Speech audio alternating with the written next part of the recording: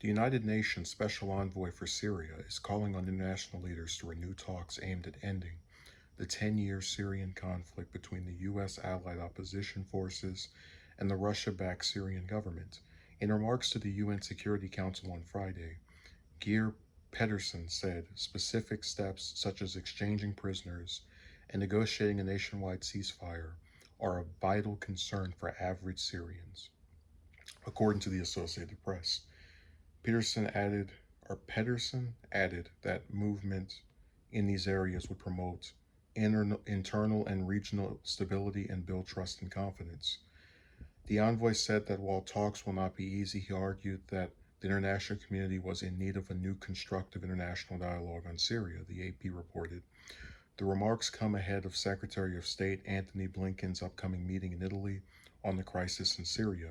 Pedersen, who was unsuccessfully attempted to get the Syrian government under President Bashar Assad and the opposition to start negotiating a new constitution, said Friday that he plans on joining Blinken and other foreign ministers in Rome, after which he will visit Moscow.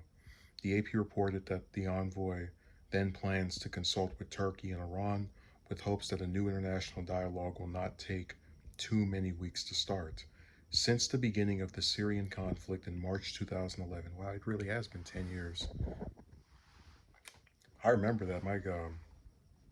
That was in Obama's, I think his first term.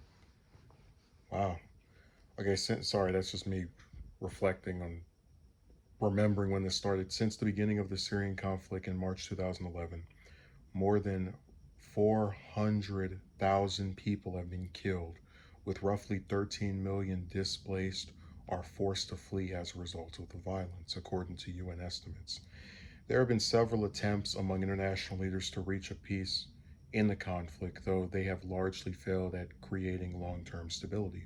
The conflict has also created what the UN has identified as one of the worst humanitarian crises in the world, with Pedersen saying Friday that it was a profound humanitarian and national tragedy and also a ticking time bomb for regional stability. The Biden administration on Friday expressed optimism that it would work with Russia to keep open the Bab al Hawa crossing, which serves as a critical passageway between Turkey and Syria, to deliver humanitarian assistance to Syrians. Acting Assistant Secretary for Near East Asian Affairs Joey Hood told reporters, "We see here an opportunity to work constructively with Russia on this issue for getting humanitarian assistance to Syria all across the country." The remarks come after Russian Foreign Minister Sergei Lavrov had indicated Tuesday that Russia would veto a UN Security Council mandate for the border crossings renewal, which is set to expire July 10th. Russia has argued that humanitarian aid should instead be delivered through Damascus, which is controlled by the Syrian government. I'm reading this story, and one of the things I like about these articles, a lot of times they have data that I don't actively hear about. So even as someone that knows of the violence in Syria, you don't usually just have the statistics of how many people have died since it started, on hand. This conflict has a lot of commonalities with the one in Yemen, where there's humanitarian crisis, there's thousands of people dying. It's a preventable. This isn't like a hurricane. This is something that is very preventable due to this being a man-made disaster of people spreading bloodshed all across the place.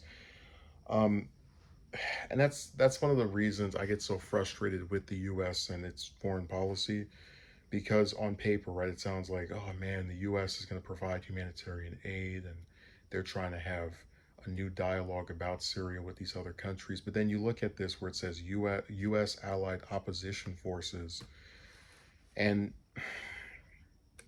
unfortunately, most people are not valued as actually mattering just in terms of their existence. So when these bloody conflicts are started, there is a complete disregard. That number could be 1 million people dead, or 2 million, or 3 million, and it wouldn't stop the conflict by itself.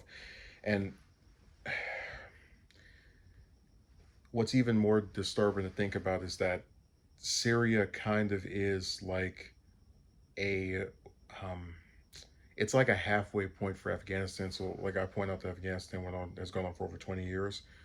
Syria's been around for a decade, and they always tell us the same things. Oh, this is the status. This is how things are progressing. But these conflicts just keep going on, you know. And the whole point of those updates is to give you the hope that it's going to change soon. They could have exchanged prisoners and negotiating a ceasefire 8 years ago if they wanted to, 7.